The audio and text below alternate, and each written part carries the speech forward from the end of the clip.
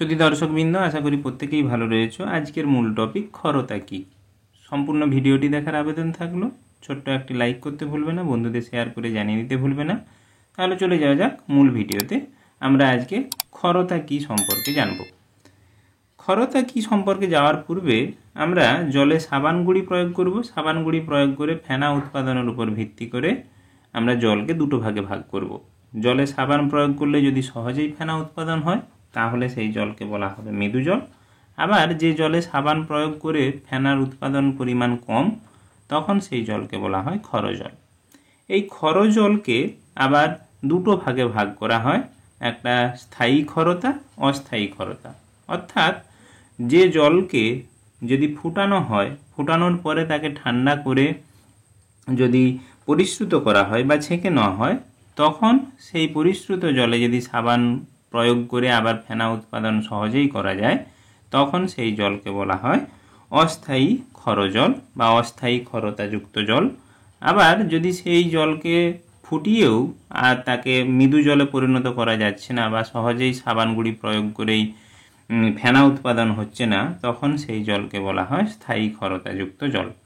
তাহলে ক্ষরতা কি? ক্ষরতা হচ্ছে জলের ক্ষর কতটা তার পরিমাপ বা তার জন্য নির্দিষ্ট যে লবণগুলো দায়ী সেই লবণগুলো জলে থাকলে যদি জল ক্ষর হয় সেই লবণগুলোকেই ক্ষরতার জন্য দায়ী বলা হয়। তাহলে আমরা ক্ষরতার জন্য দায়ী লবণগুলোর কথা একটু জেনে নেই। ক্ষরতা জলে থাকা কিছু লবণ যেমন ক্যালসিয়াম এবং ম্যাগনেসিয়ামের বাইকার্বনেট লবণ, ক্যালসিয়াম ম্যাগনেসিয়ামের ক্লোরাইড লবণ, ক্যালসিয়াম ম্যাগনেসিয়ামের সালফেট লবণ এবং ফেরাসের বাইকার্বনেট লবণ যদি জলে দ্রবীভূত থাকে তখন সেই জল ক্ষরতা বা ক্ষর জল হিসাবে কাজ করে বা ক্ষরতা দেখায়।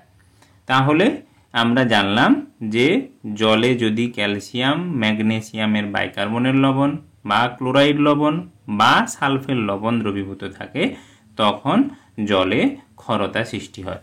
এইবারে আমরা জেনে নিব স্থায়ী ক্ষরতা এবং অস্থায়ী ক্ষরতার জন্য কোন লবণগুলো দায়ী। অস্থায়ী ক্ষরতা সাধারণত বাইকার্বনেট লবণগুলোর জন্য দায়ী। আমরা যে ধাতুগুলো, সেই ধাতুগুলো হচ্ছে ম্যাগনেসিয়াম, ক্যালসিয়াম অথবা আয়রন বা ফেরাসের বাইকার্বনেট লবণ যদি জলে দ্রবীভূত থাকে তখন সেই জল অস্থায়ী ক্ষরতা দেখায়। আর স্থায়ী ক্ষরতা দেখায় ক্যালসিয়াম ম্যাগনেসিয়ামের ক্লোরাইড এবং সালফেট লবণ যদি দ্রবীভূত থাকে তখন সেই জল স্থায়ী ক্ষরতা দেখায়। আশা করি ভিডিওটি ভালো লেগেছে। ভালো লেগে থাকলে অবশ্যই চ্যানেলটির সঙ্গে থাকতে ভুলবে না। ধন্যবাদ, নমস্কার। আবার একটি ভিডিও নিয়ে আবার কোনো অধ্যায়ে আবার কোনো সময় দেখা হবে। ধন্যবাদ, নমস্কার।